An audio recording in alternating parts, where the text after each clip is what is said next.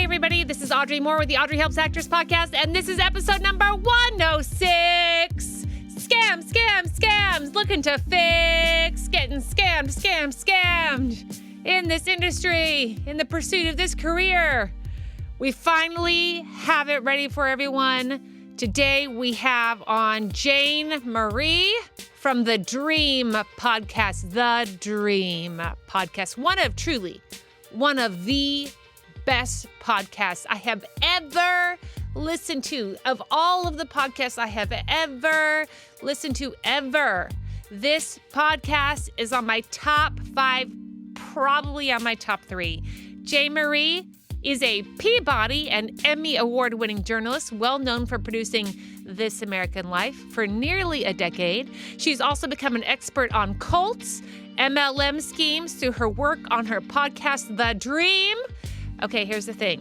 If you have not yet listened to The Dream, and you're up for it, if you're game, if you're feeling game, if you're like, Audrey, I want the most scrumptious podcast to listen to over the next week. If you just want to like, nom, nom, nom, nom, nom, nom, nom. If you want to be like, oh my God, and then like, oh my God, and then like, what? And then, oh, that's the experience of listening to The Dream.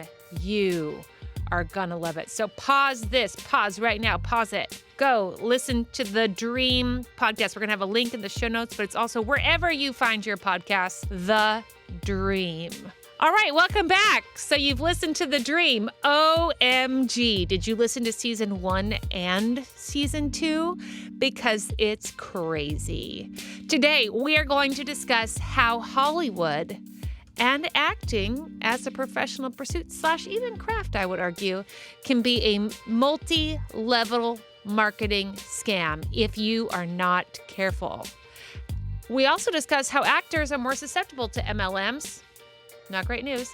And how to help yourself and anyone you know get out or prevent them from falling for an MLM. I can't tell you the number of actors I know who get sucked in to MLMs.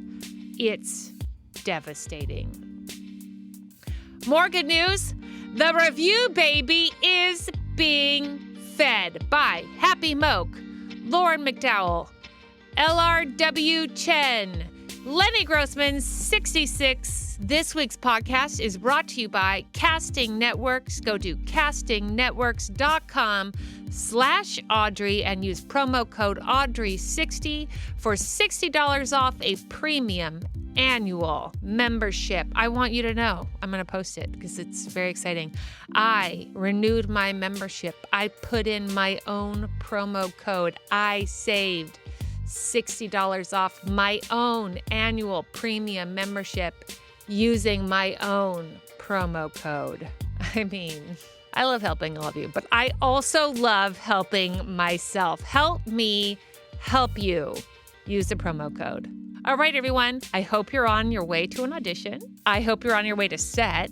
I hope we get everything we need from the negotiations, and I hope that whatever you are auditioning for, I hope you book it. Audrey helps actors because they don't know anything. Hi, everybody. I'm Audrey Moore with the Audrey Helps Actors podcast, and today we have Jane Marie. Hi, Jane. Hi. I am really nerded out that you're here. I am so thrilled. I found your podcast. The Dream is one of your many podcasts.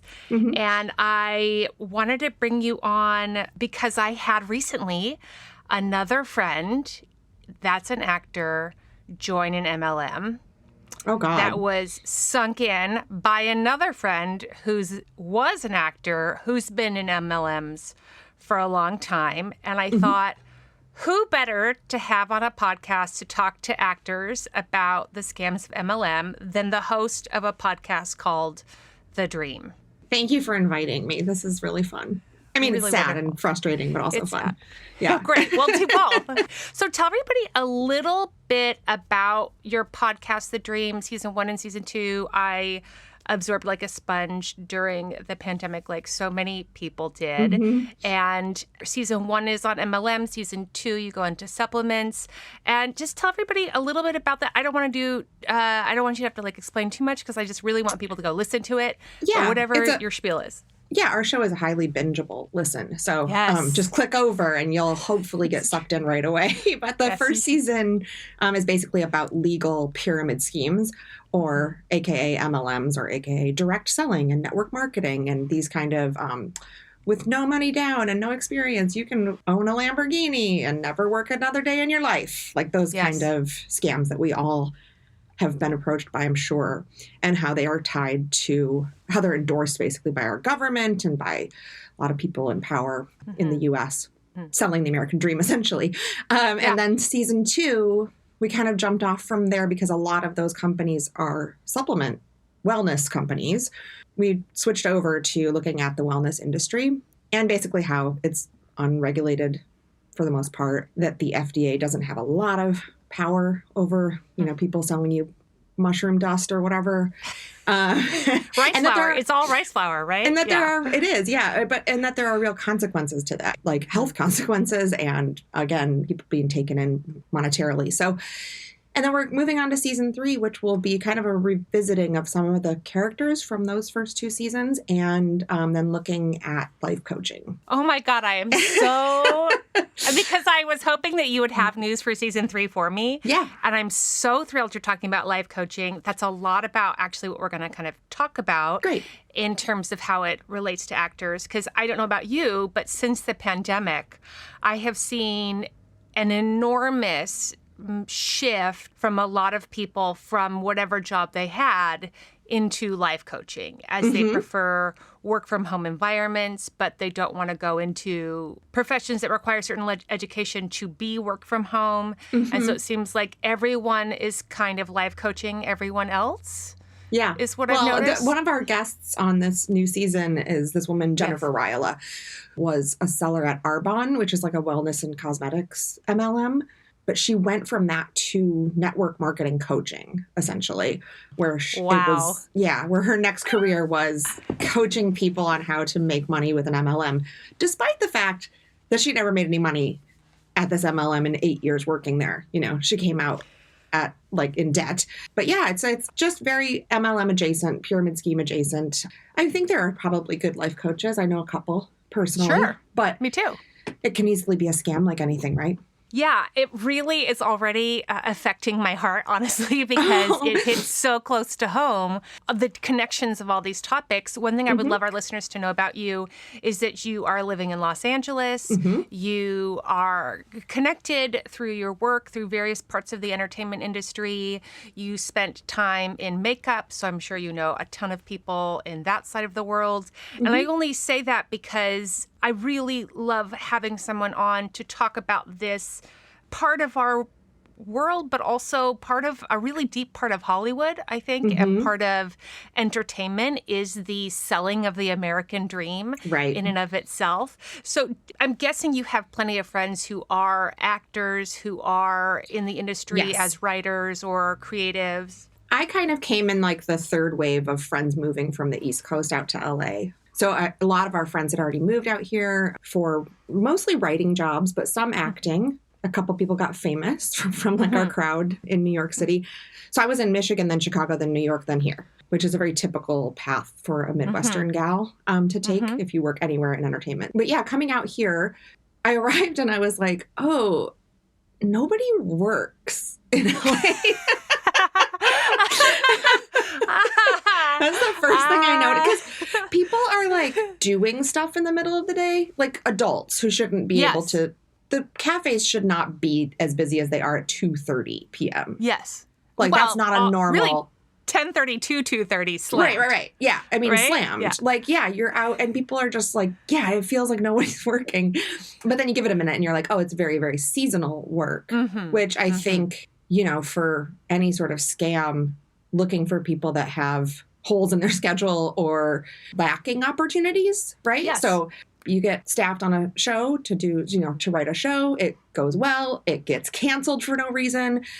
You're unemployed. And I think Hollywood, because that's just how it goes for the most part. I mean, only a few people don't have that experience. That's the math, right? Yeah, that's just the math. So, of course, people who are scammers, that's where, they can find willing some participants. Good talent. Yeah, exactly. Right. And it is all, and that's the other thing, right? Being a salesman isn't that far off from acting. Exactly. In terms of, the bravery that it takes. Like, I could never be an actor because I'm just a little too shy and like on camera and stuff. Like, I wouldn't want to do that. Mm-hmm. But you have to be able to approach people. You have to not take no for an answer. Mm-hmm. You have to, You're used to rejection get rejected. Already. Exactly. And so I think the types of folks who are in that acting world would translate, if the dream of working for an MLM were true, it would be the right fit for a lot of actors. Absolutely. But the fact that it's just a scam, is important information. It is important. One of the things I would love to start with. So my friend texted me a week or two ago and was like, "I'm doing this thing," and I said, "Isn't that an MLM?" I was sure that I Googled that person's job that they kept posting about, and it's an MLM. They're like, "No, it's what did they say?" They said, "No, that's just the way these companies work. They want a lot of 1099 employees, and they encourage you to start your own business." And I said, "Are you exactly describing an MLM? Because, when I think of successful companies, I think they all just want you to go start your own business." Yeah, me too. Yeah, that's what first thing I think of. Yeah. That's how they work, right? And so then I was talking to another friend about how you were coming on, and she was like, "What?" I was telling her MLMs. She was like, I don't know. What is an MLM? And I was like, "It's a pyramid scheme." And I just sort of like went further. This is one of the most educated friends I have, highly well-read, wakes up every day and reads as much of the New York Times as she can manage. Like, just that's what's happening. And yet she said, "I'm sorry, I don't know what a pyramid scheme is. You'll have to explain it to me." And I was pretty miffed at the concept that there are people who still don't know what that is. Yeah. That is. And a lot of times they confuse it with a Ponzi scheme, which it's related. But I think people think pyramid scheme / Ponzi scheme, like it's all Bernie Madoff. It's all the same. Right. It's not, in that with a pyramid scheme, there's a good or a service, it's purportedly a good or a service being offered. But what makes a pyramid scheme is that there is no customer outside of the scheme. Right. So that's my quickest definition of what a pyramid scheme is. It's like a company where, Amway, you buy Amway, you Amway your life. There's like an Arbonification with Arbonne. I think that's what it's called. Arbonizing or something like that. Oh my God. Like to where everything in your household should be a product of the MLM that you're selling, right? So if you sell for Amway, your laundry detergent should be from Amway, et cetera, et cetera. We are the product, you live the product. Exactly. Right? But then you kind of quickly figure out that, like, there is nobody outside the organization buying it. Right. Because also the pitch to people that might want to buy this crap, and it's mostly crap and it's really expensive crap, the pitch to them is, well, why would you buy it full price to me when you can just sign up to be a seller and get it for 20% off, right? So then literally everyone purchasing the product or using the product is a member of the company. And so then all kinds of horrible things flow from there. But that's the quick version of a pyramid scheme. Yeah, I would say the examples I'm seeing a lot in Los Angeles, there are several sort of rolling around right now that I find to be pretty dangerous. One of them purports itself to be a financial education group. Okay. Great. And there are people who are sort of gatekeepers to actors, writers, directors, producers, casting directors, and they are selling themselves as sellers of financial education, which sounds great. Who doesn't want financial education? I'll have to look it up. Okay. I'll look it up and I'll send it to you. But it's financial education, and then everyone's like, well, who doesn't want to get a financial education and help other people get a financial education, until it becomes clear that all everyone's doing is selling people to sell people on financial education. Right. That's one version that's pretty popular right now. Another version is the makeup one, which you had chose one on your podcast so fantastically. And what I really loved is on the podcast, on The Dream, you and one of your partners, Mackenzie, are actual makeup ladies that have done a lot of work in the makeup industry. So you were particularly qualified to judge the quality and content of the product. So you weren't just like, sure, this product is $50, but whatever. You were like, this is $50 and it shouldn't be. It shouldn't be, and right. Here's the educated reason and informed reason on why that is. And I get approached all the time by people. Anytime I post anything makeup that I like, I get approached by tons of people who want to sell me their makeup. And then it's always weird. It just feels weird. And so how that turns into a pyramid scheme, just so everyone listening, is you have people selling makeup to people who are selling makeup to people who are selling makeup to people who are selling makeup. And what ends up happening is the only people really buying the makeup are the people selling the makeup. Right. Right. Yes. Right. And that is technically illegal. But it is hard to prove. You know, it's a real, we don't have enough resources to go after these companies that do it. So they kind of get away with it. Yeah. And the shame that you talk about around it. So I have a quote that I would love to read from your podcast. And then I want to substitute the word MLM for acting career. Okay. But first I'm going to read your quote as is, and then we're going to just substitute. Okay. So I think this is Dan who said this. He said, "Why are there so many people who not only fail at MLMs, but also go into debt trying to make money with one? And why isn't this the dominant story? Why do we collectively refuse to accept the truth about this industry?" And so I'm gonna substitute. Why are there so many people who not only fail at an acting career, but also go into debt trying to make money with an acting career? And why isn't that the dominant story? Why do we collectively refuse to accept the truth about this industry? That's one of the biggest intentions I have with my podcast, is not only talking about actors getting scammed by being actually involved in scams and involved in MLMs and involved in pyramid schemes, involved in cults. A lot of actors, great for cults. The whole NXIVM was just everyone in LA, great breeding ground for cults. And I'm very passionate about clarifying the ways in which the acting profession of itself is a pyramid scheme. And one of the things about a pyramid scheme and getting successful is getting in early. So you talk to one person from your hometown, and this person got in early into a particular situation and seemed to be making around $40,000 a year. Yes. Because they got in early. So can you tell us a little bit about that? Yeah, my former classmate, Danielle, who I used to ride the bus with in junior high, she started selling for 31 bags a number of years ago when it was kind of new. It's like just bags. They sell bags, monogrammed bags with chevron prints on them. And she hustled, worked more than full time, it seemed to me, the way she described what her hours looked like and what her effort was, and came away with 40 to 50 grand a year, which is money. Great. I guess. Yeah. Sure. But she's one of the, handful of people at the company. And where that doesn't line up is in the pitch from MLMs, where they promise you endless riches, right? Like millions of dollars. That everyone's going to make that money. Everyone can make that if you just try hard enough. And here is my friend who has been trying harder than I think anyone could with the amount of time there is in a day, and coming home with 40 grand. So not exactly wealth. Right. But a nice bump. Yeah. If you're a Michigan. Bump, but why should it be a bump if it's over full time? And you know what I mean? And you're leveraging all of your social relationships. Why should just a bump in your income be okay? Why should it be okay, I could get this part-time working at Walmart, you know what I mean? Right. With the minimum wage there, it wouldn't be, and then you wouldn't also have to have roped everyone in your family and friends in, and you wouldn't, be working every single weekend to host parties, all that stuff. So there's a lot of expense and cost to being a part of one of these systems, and I think probably the same thing in acting. Yes. I mean, part of what I experience as I've gotten sort of to an age point where I've seen kind of how the pyramid works is you have the top of the pyramid, and the top of the pyramid is often people who got in early. So people who started when they were 7. It's the only industry where you can start at 3 weeks old.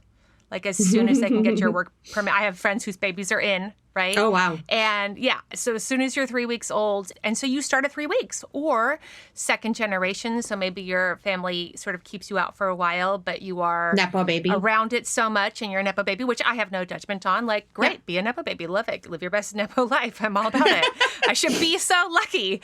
But what happens is that those people are then held up as the example of if you work hard enough, if you dream big enough, if you dream harder, which is one of my favorite sayings, dream harder, is something that you too can achieve while completely disregarding the actual math of everything.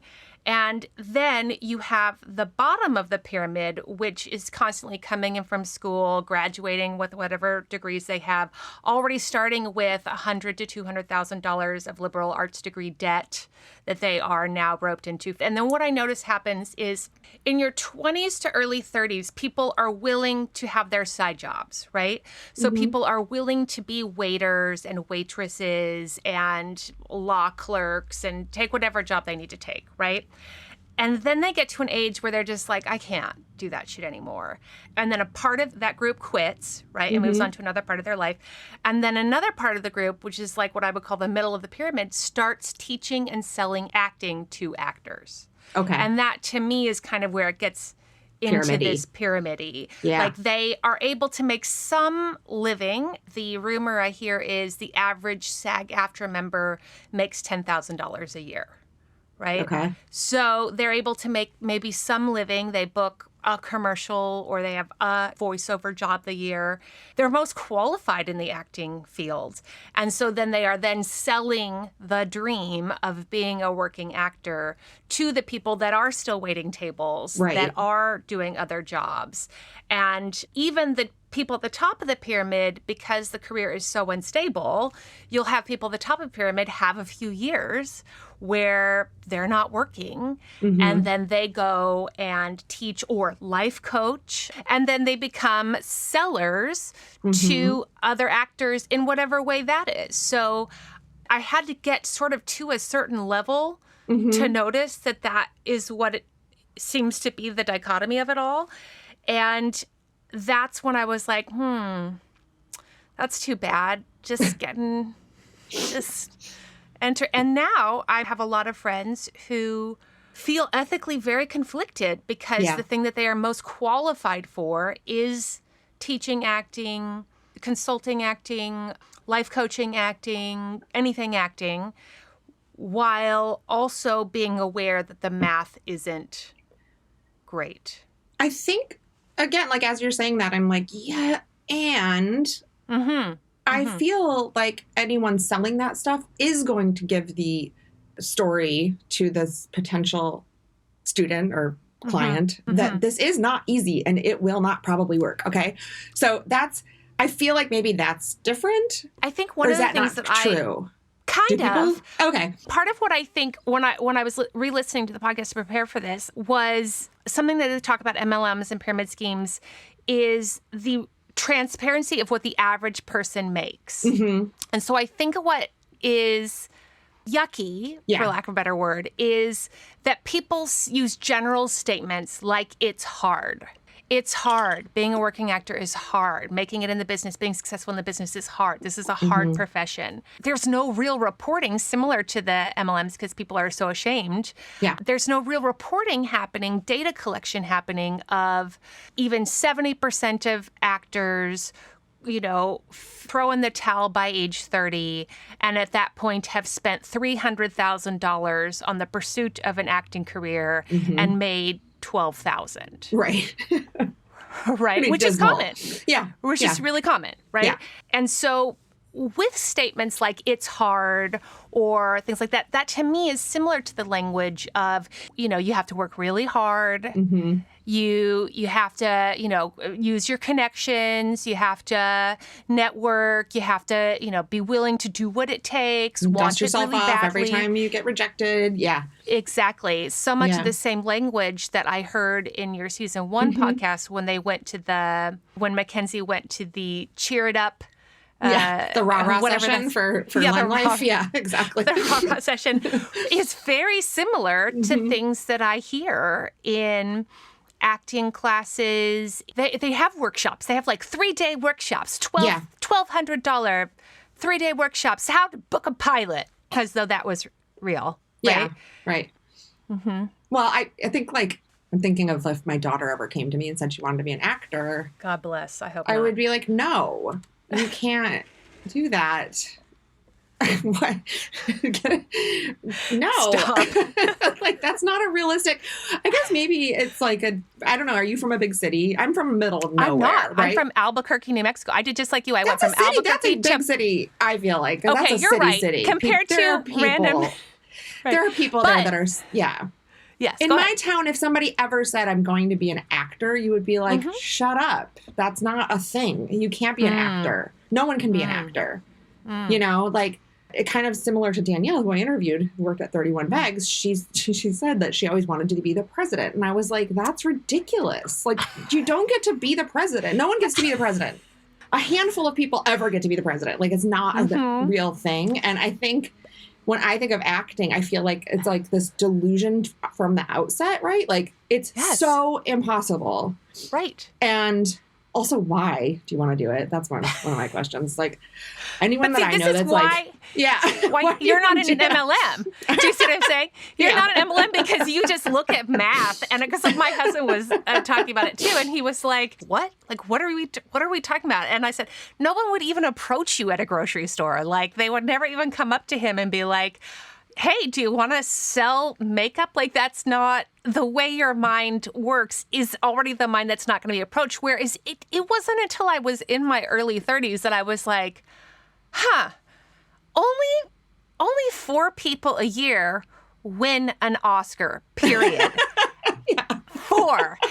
And I thought it was completely reasonable, like really reasonable. No, that I did. No, I thought it was, when people were like, and what is your 5-year plan? I was like, blah, blah, blah, land in Los Angeles, skip, Oscars by the time I'm 27.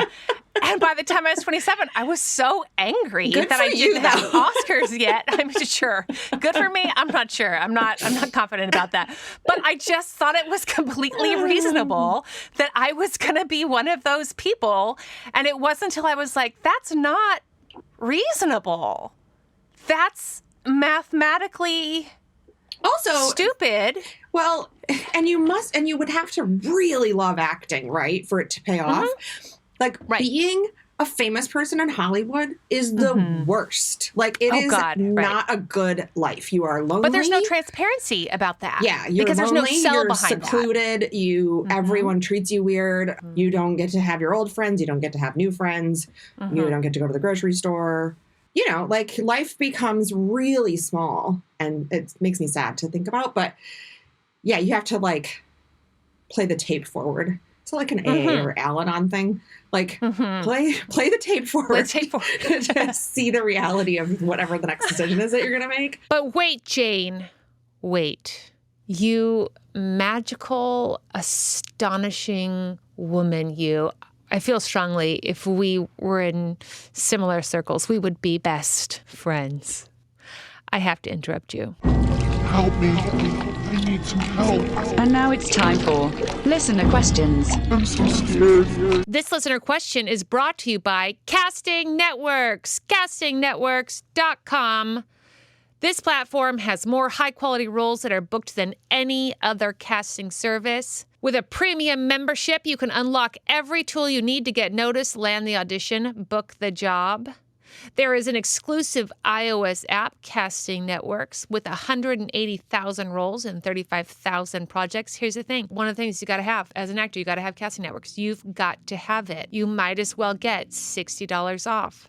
A premium annual membership, which will help you unlock unlimited casting billboard submissions, unlimited photo, video, audio uploads, exclusive iOS apps. CastingNetworks.com/Audrey, promo code Audrey60 for $60 off a premium annual membership. I love it. I'm loving you sharing it around.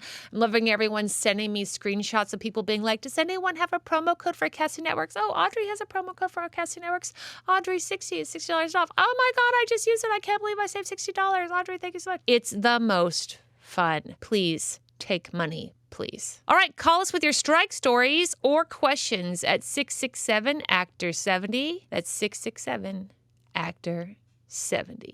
Hi, Audrey. My name is Whitney. I'm calling in from Brooklyn. Love the show. Love everything you do. I just have a quick question. Maybe this is kind of a silly question. It's kind of a market research March question. So I figure with it being the strike and things being slow right now, I would take advantage of setting up some Google alerts about shows that would be upcoming that I'd be interested in auditioning for in the future.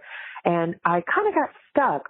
I'm wondering how, because I always see these great shows coming up that I'm like, oh, I would have been great to audition for this. How do I find out that even this is being produced? How do you set up Google alerts about like 4 shows that you would be great for that you don't know exist or you maybe don't even know of that producer? So yeah, I just kind of got stuck on that. I'm just joined SAG, very excited, and I'm a new actor. I finally have great representation, so I wanted to try to work on that at this time. Thank you again for everything you do. Absolutely love the show. Love you. Okay, bye. Hi, congratulations on joining SAG-AFTRA. That's awesome. I really appreciate this question because it's got a pretty funny answer, if I do say so myself. Here's the thing. You can't really do a Google alert for that. But what you can do every single time that you poop, I want you to get out your phone. I want you to go on Deadline. And then there's a little section called TV. I want you to click the TV section. And it's going to have news, what was bought, what's coming up, what's happening, what's going in production, what's wrapped, casting notices, who got cast. A lot of people in this business find that by the time any project hits breakdowns, like all the roles are gone. That's a very legitimate point of view in town, in the industry, in the business. So definitely getting in earlier is a really valuable way to stay ahead and stay on trend with what is occurring, especially in your specific market. So today's the day. Going to have your little morning poop, whatever time that is. Maybe it's 10 a.m. You walk the dogs, little morning poop for you. You're going to hop on Deadline.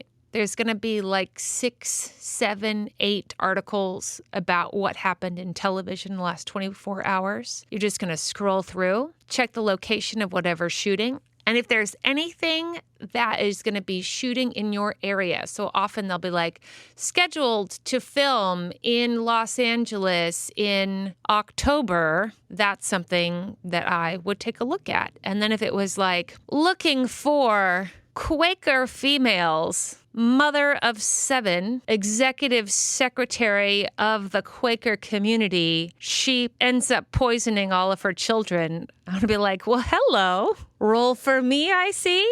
And then what I do is I'm going to send that article to any of my reps, and I'm going to email my manager saying, hey, do you have the script? Can I read this? If my manager has a script, I'll read that. And if there's a role for me that I think is particularly outstanding, then I will contact all of my reps and I'll say, hey, I know that you're on it. I saw this Quaker female executive secretary of the community who poisons everyone in town. And I just think that's great for me. Do you know who's casting this? Or if I know the casting director, do you know who covers this office? Or if I know who covers the office, I will just email them directly and say, hey, I really want to get on this. And even further, even more so, I will take the script and I will work on it in advance. Ladies and gentlemen, this is actually exactly what I did for Dope Sick. I got the script in February 2020, and I didn't have the audition for it until November 2020, and I filmed it in winter spring 2021. So that's the plan. That's the way to do it. The pooper and Deadline. And now back to your regularly scheduled program. I would love to ask you, the people who are very susceptible to being conned into an MLM, for our listeners, can we roll down who they are, who those people are, and why actors are such a good match for that? Well, I would say it's everybody, okay? Like anyone who believes. If you've ever purchased a lottery ticket, you are a perfect mark for an MLM, right? Like, what's the difference? But a lottery ticket's so cheap. I mean, to be fair. Oh, well, you think $199 is a lot to own your own company? Anyway.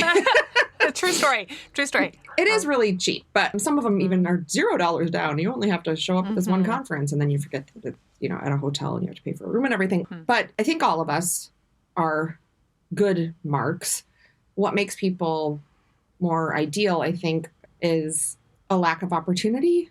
So, for example, with acting, I know you have to remain available if you want to get a good job on a show or a movie or whatever. You can't busy up all of your time with commitments other than auditioning and then working. So there is this weird gray area of a few hours you have in the day to do something else. And if you were completely in charge of that, what would you do? And you could work from, 8 p.m. to 10 p.m. or something like that. So it's very much like the opportunity that stay-at-home moms have, especially with kids who are under elementary school age.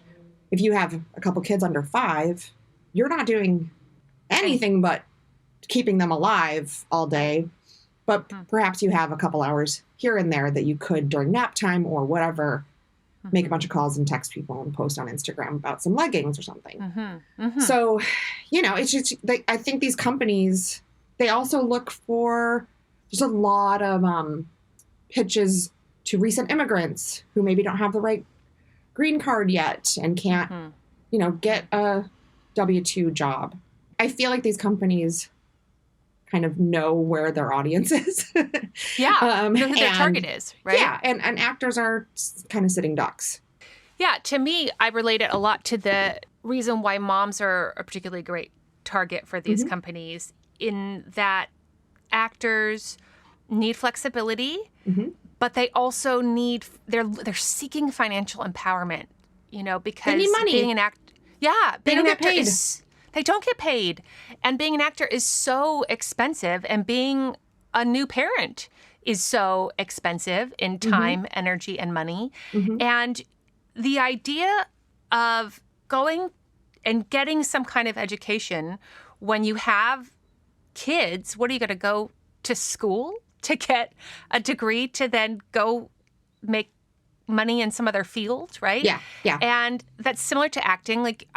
What am I going to go get an education in some fields? Well, I'm sure also that honoring sunk costs probably comes in big time. I'm so glad you talked about that. It's one of my favorite things. So I would love to talk. We talk all the time on the podcast about sunk cost fallacy. And you also bring up loss aversion, which I just think if that's not an actor's life, I don't know what is. So can you tell everybody about sunk cost fallacy and loss aversion? Yeah, so these are logical fallacies. They're things that we all do all day long, every day in our heads.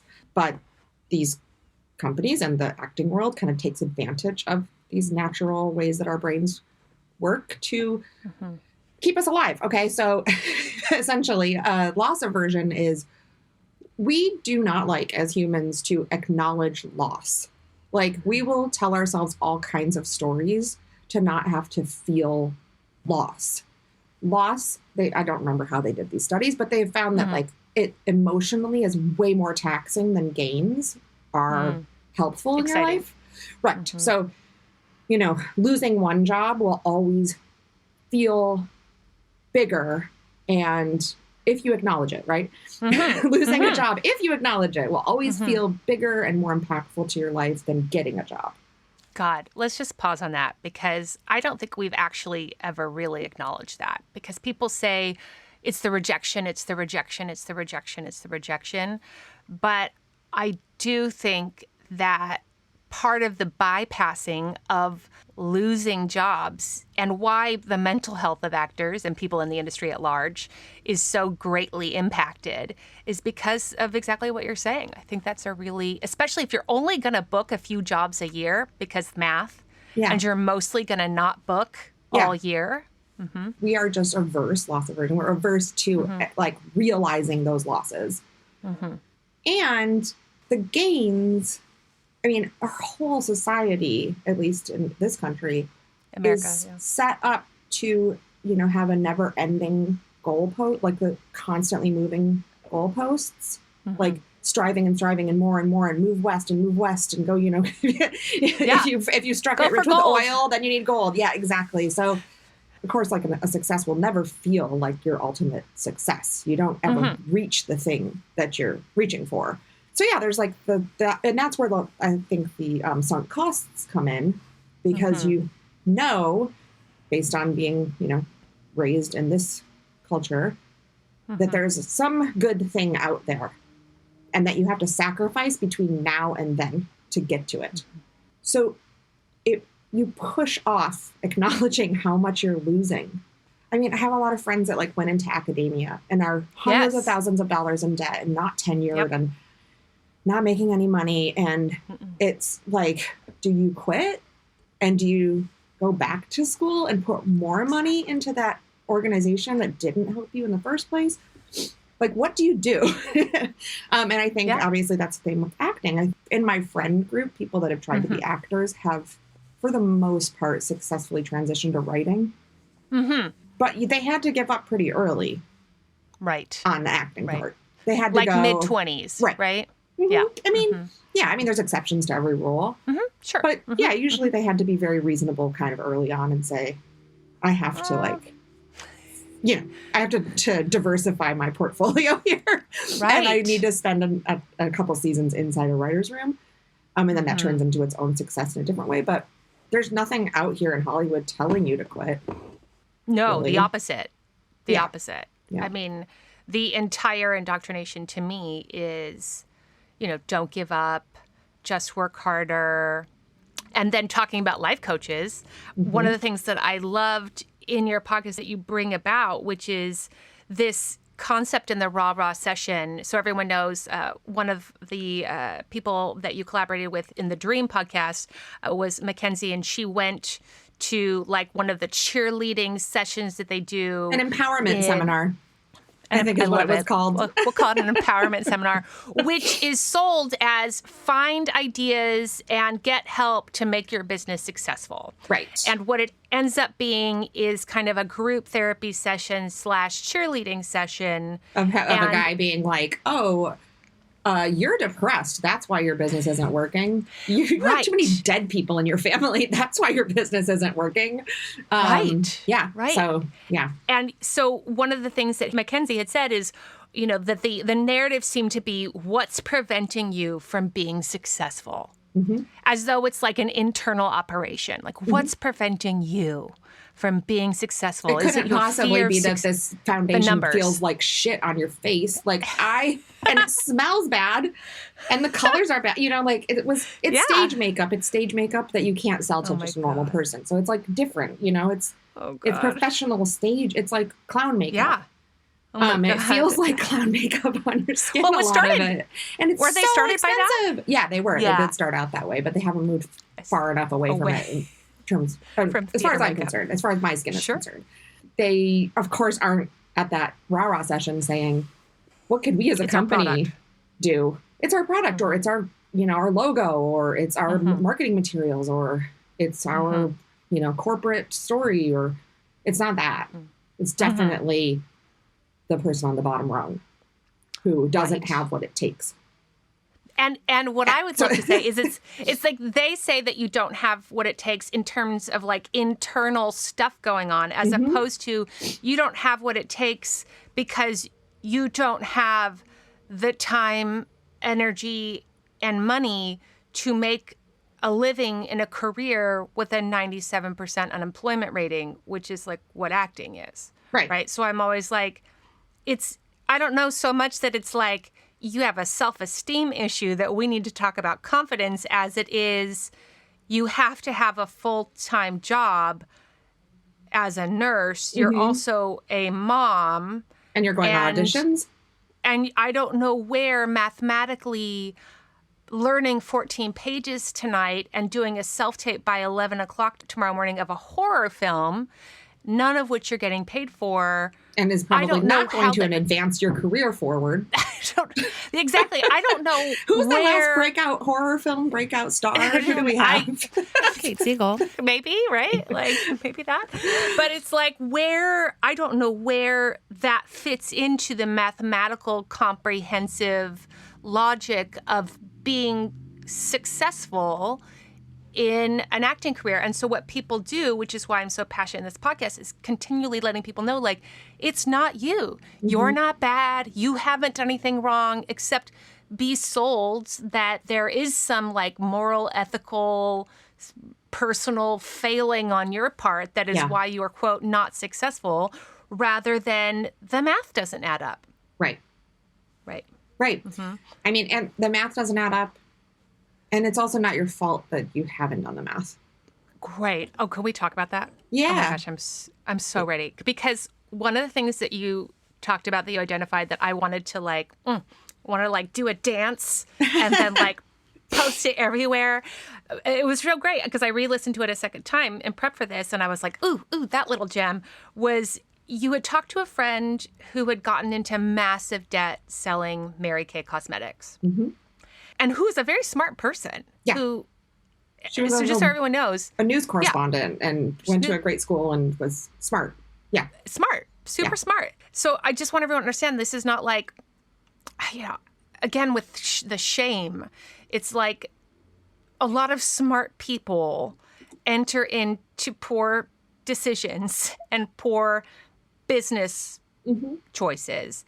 And she had gotten into Mary Kay, and you asked her, when you're putting all this on credit cards and you just keep buying supplies and you keep doing that, like what are you hoping will occur? Mm-hmm. And she said that somebody would come, she'd be at the grocery store, and some woman who was like looking to drop $5,000 to start her business was just going to like find her and say, hey, let me invest in Mary Kay. And that the name for that is overweighing small probability events. Yes.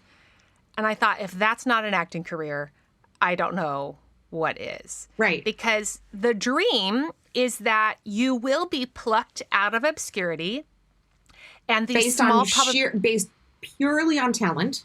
On talent, exactly, and randomness as well, of like, I mean, being in the right place at the right time. Exactly. And being ready for the opportunity and having the right mindset and being incredibly talented. As if there's no talented actors that don't work in Hollywood. Right. I think I'm actually a really good actor, by the way. I believe you. By the way, I'm sold already. I believe you. Would I ever do it for a job? I'd rather die. Like a terrible idea. Because like I said, you're smart in that. So overweighing small probability events, I think, is what is really magical thinking. And I try to talk about magical thinking all the time, right? That part of the success of a pyramid scheme, right, is taking these people who had these magical events happen, because magic happens in the world. And that's... Or they were number 3 on the list of scammers that wanted to start a company. Sure.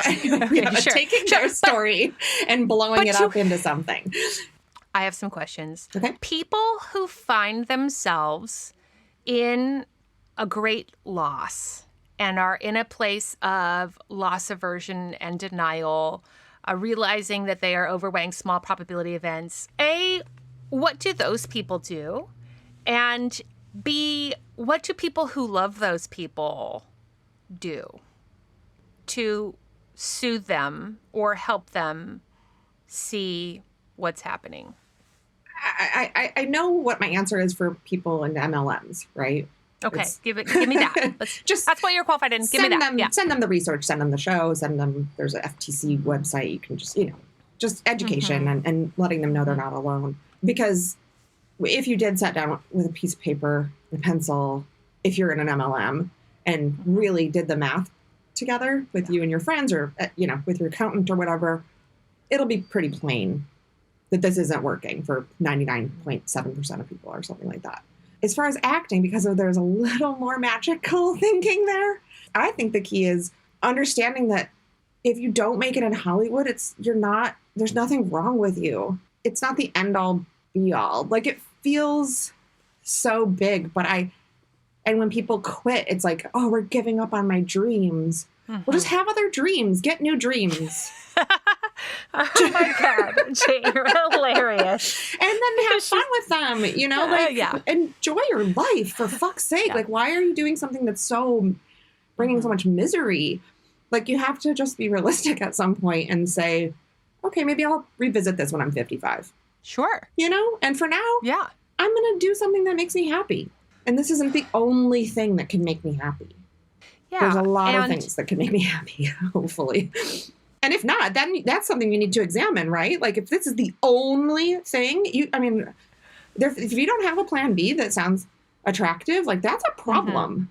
Because life comes at you fast. You know, stuff gets weird.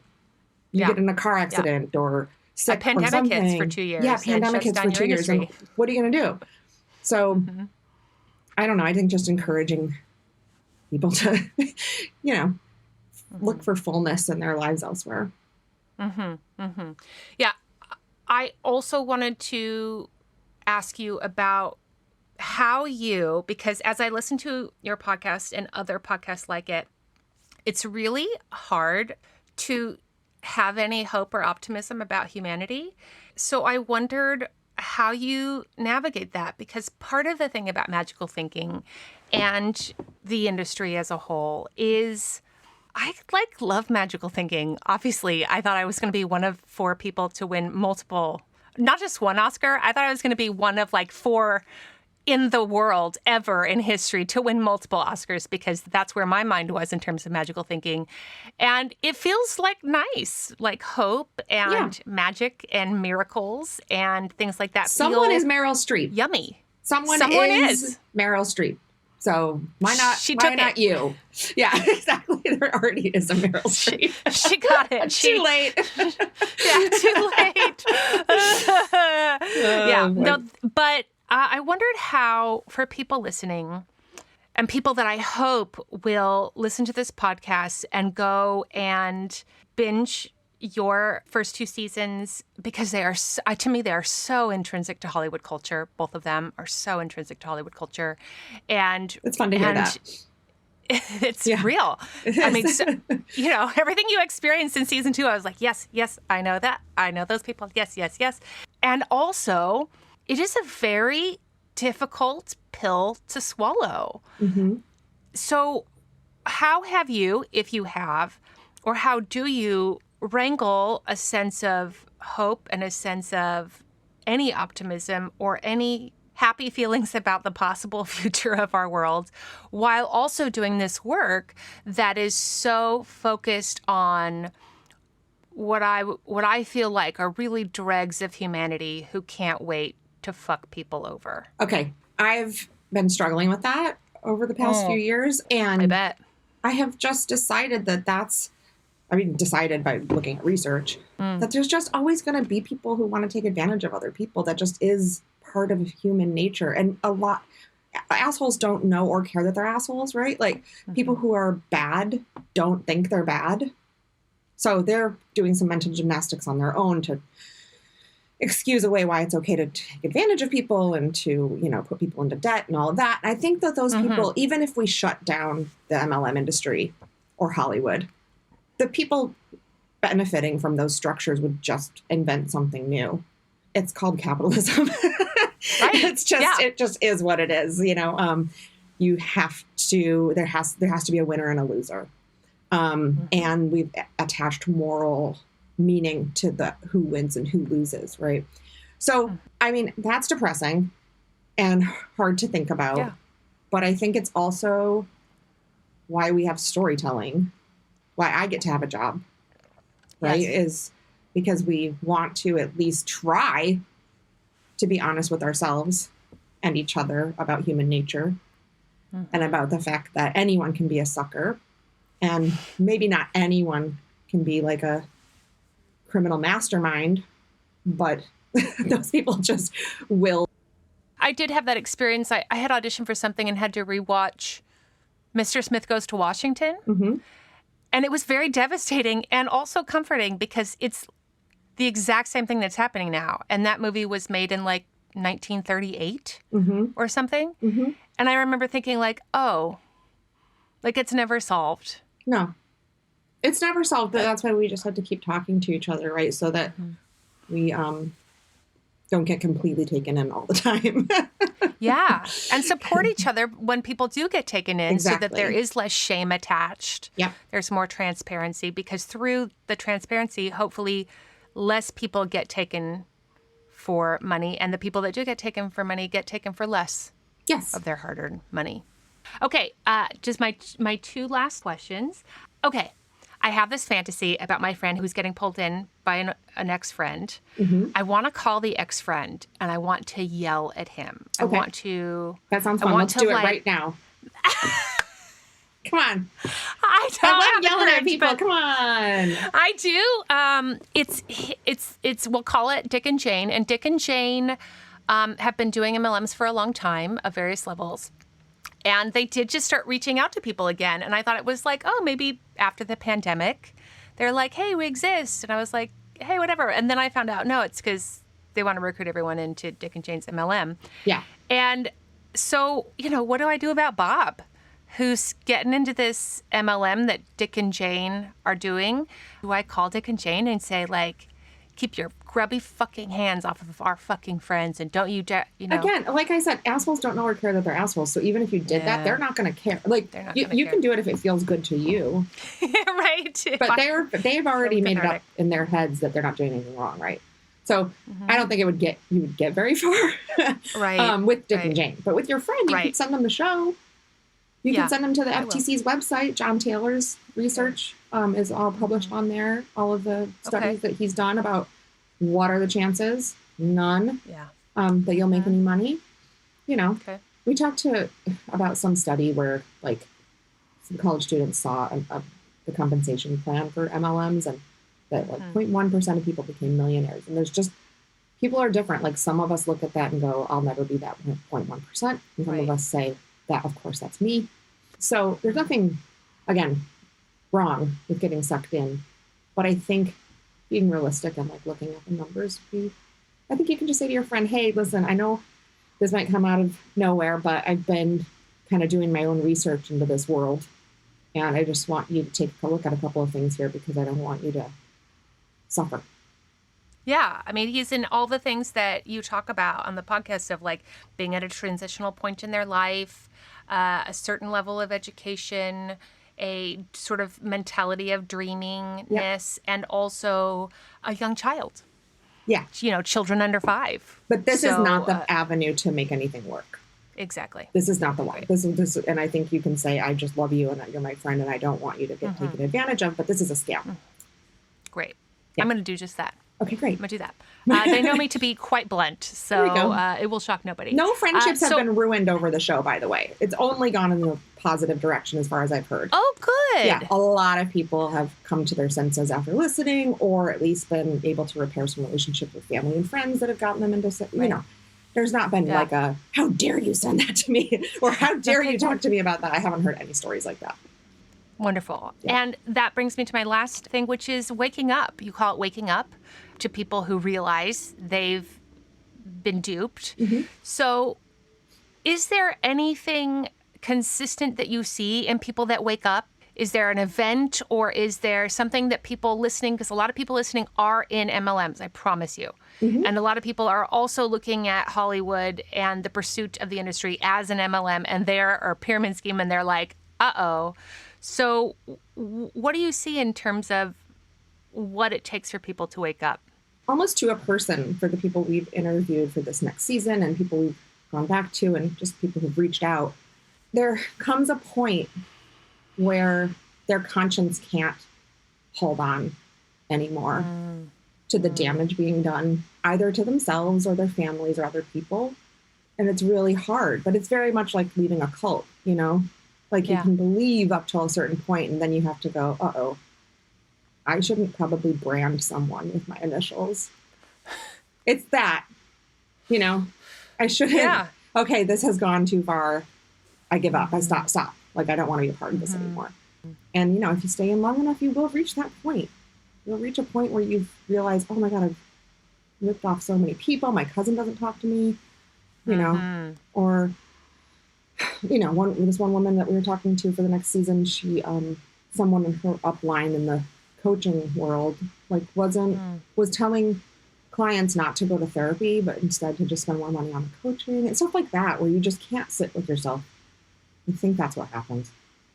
Yeah, unfortunately. That's really great. I'm excited for people to do that. My plan right now is to start with the help of our new overlords, artificial intelligence, a site where people can privately and anonymously report their income and their spending as actors. Great. So that we actually have transparency in numbers so that people can look at it and decide for themselves with numbers, not like hypothetical, it's hard.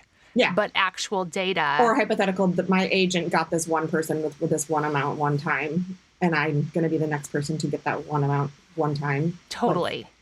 But really letting people know what does that look like, because the more I tell people, the more people are horrified as though it's news to them. Right. And it usually is. And after spending, like I said, $200,000 on a degree for that profession. Yeah. Or spending $102,000 to live on Broadway or to like be able to be in Hollywood. It's just expensive just to exist in here. Exactly. And the numbers aren't going down in those neighborhoods. Wonderful. Okay. So I just always end with, do you have social media? I do. Would you like to tell anyone about your social media and your next season? Do you have a date yet? Yeah. So the next season will be, it just got moved to September of this year. So September 2023 will be season 3 of The Dream. We also have the book coming out called Selling the Dream in the spring. And my social media is C. Jane Marie, like C. Jane Run, SEE, Jane Marie, everywhere. Well, thank you so much for giving us your time. I was so thrilled that you were coming on. I could think of nobody more qualified to have this discussion. I hope people from this listen to your podcast seasons and look at this profession of acting and possibly MLMs that they're involved in and decide whether or not they're making the best choice for themselves. Yeah. I do too. I hope that is the case as well. Yeah. Thank you. Next week on Audrey Helps Actors, I'm not sure. We've got some options. We're going to work it out. We're going to just work it out. All right, everyone. I hope that this episode was informative and helpful. Shout out, extra shouty shout out to Jane. Thanks, Jane Marie. I adore you. This episode was mixed and mastered by Thomas Snodgrass. Produced by Jesse Lumen, my husband, still so handsome. He gets older and gets better looking. Fuck that guy. This episode was edited by Michael Morello and Austin Grant. Show music by Ari De Niro. Theme song by Aalok Mehta and 108 Hill. And shout out to Matthew Patrick Davis as the mother of The Review Baby. All right, everyone. By the time you hear this, I will be in New York City. I hope to see you on the picket lines. I will have towels. Don't forget your towel. All right, this extra listener question is brought to you by Casting Networks. CastingNetworks.com. What more can I say? Go get it. Save yourself $60. $60 off a premium annual membership. As a professional actor, Casting Networks is it's just one of those things you gotta have. You gotta have Casting Networks. You gotta have it. You gotta have a profile. It's like one of the main things you have to have as part of your business. It's one of the main resources for casting and getting your materials out there for people to purchase your work and pay you money for said work, for all that beautiful training you've done. CastingNetworks.com/Audrey, Audrey60 for $60 off a premium annual membership. Hi, Audrey. This is Dylan calling from New York. And I was wondering, in light of the writer's strike and the potential impending SAG strike, is now a good time to be investing in casting director workshops? I just moved to New York in a new market and am interested in getting to know people and build relationships, but want to spend my money wisely. So would love to know what you think. Thank you, and thank you for everything that you do. Bye. Hi. Yes.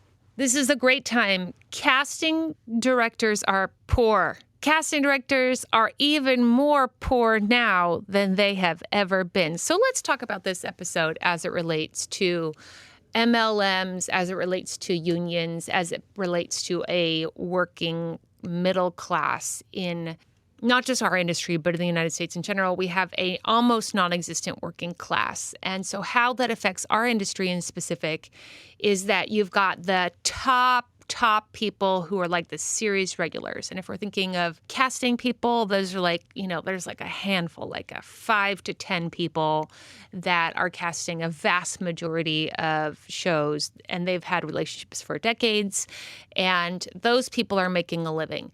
Outside of that small group of people, what used to mean you could work a certain amount of jobs and make a middle-class living is now not plausible, really. And that has affected our industry, and that has affected casting, that has affected writers, it's affected so many things. So then, what happens? What do you do? Because the thing that you are most qualified in is, in fact, the thing that you've been doing, which has been chipped away at. And so now those people are no longer able to make the money that they should be making from the actual employers. So then they turn to their associates and collaborators and offer themselves and their expertise up for sale to those that they are in business with. So for casting directors, that means a lot of casting director workshops, casting director classes, things like that. You can have whatever opinion you want to have about that. I have many, and many casting directors are exceptional people and exceptional assets to this industry, to our craft, to perspective, and truly are actor advocates. And I speak very honestly that whatever you do, you should be extroverting your talent, that your talent is nothing if at the end of the day, people don't know who you are. You can have all the talent in the world, but if nobody knows that it exists, it doesn't help you. So casting director workshops are a really fantastic way to be doing that. That said, if the idea of doing casting director workshops makes you want to drown yourself in the bathtub, don't do that. Instead, find other ways to extrovert your talent. Sometimes that can be, for some people, that's creating projects. I've discussed many times on here that is also an extremely expensive endeavor. Nobody would ever tell a casting director, you really want to cast something. Why don't you just create a project, spend $20,000 creating some content so that you can cast it? Like, that would be a crazy thing to do. So if you're going to create your own content, just be mindful of your intention. Also, a lot of people right now are going back and doing theater because, you can, and it's there. So a lot of people are doing plays. That's another really great way to extrovert your talent. If you do plays, I would highly encourage you to reach out to people that you would like to see it and make sure that they know that they have a comped ticket with their name on it if ever they want to go. Industry professionals have time right now to go and see things, but they do not have money to spend to go and see them. So offering them free tickets, I think, is a fantastic way to engage with them in a way that is kind and benefits all parties involved. They want to sit around and watch you work. Like, they love that. And I don't want to say sit around like they're just sitting around. I mean, they want to watch, they want to find talent. They want to find creatives, and they would love it if people were paying them the appropriate amount so that when they were off season, not immediately casting something, they were still getting paid a salary to go and find and explore talent. And I hope that we get back to that system. I think it was a beautiful system for casting professionals. So in the meantime, casting director workshops or not, please do yourself a favor and spend this time extroverting your talent if you have the ability to do so. Let people know who you are and let them know how great you are.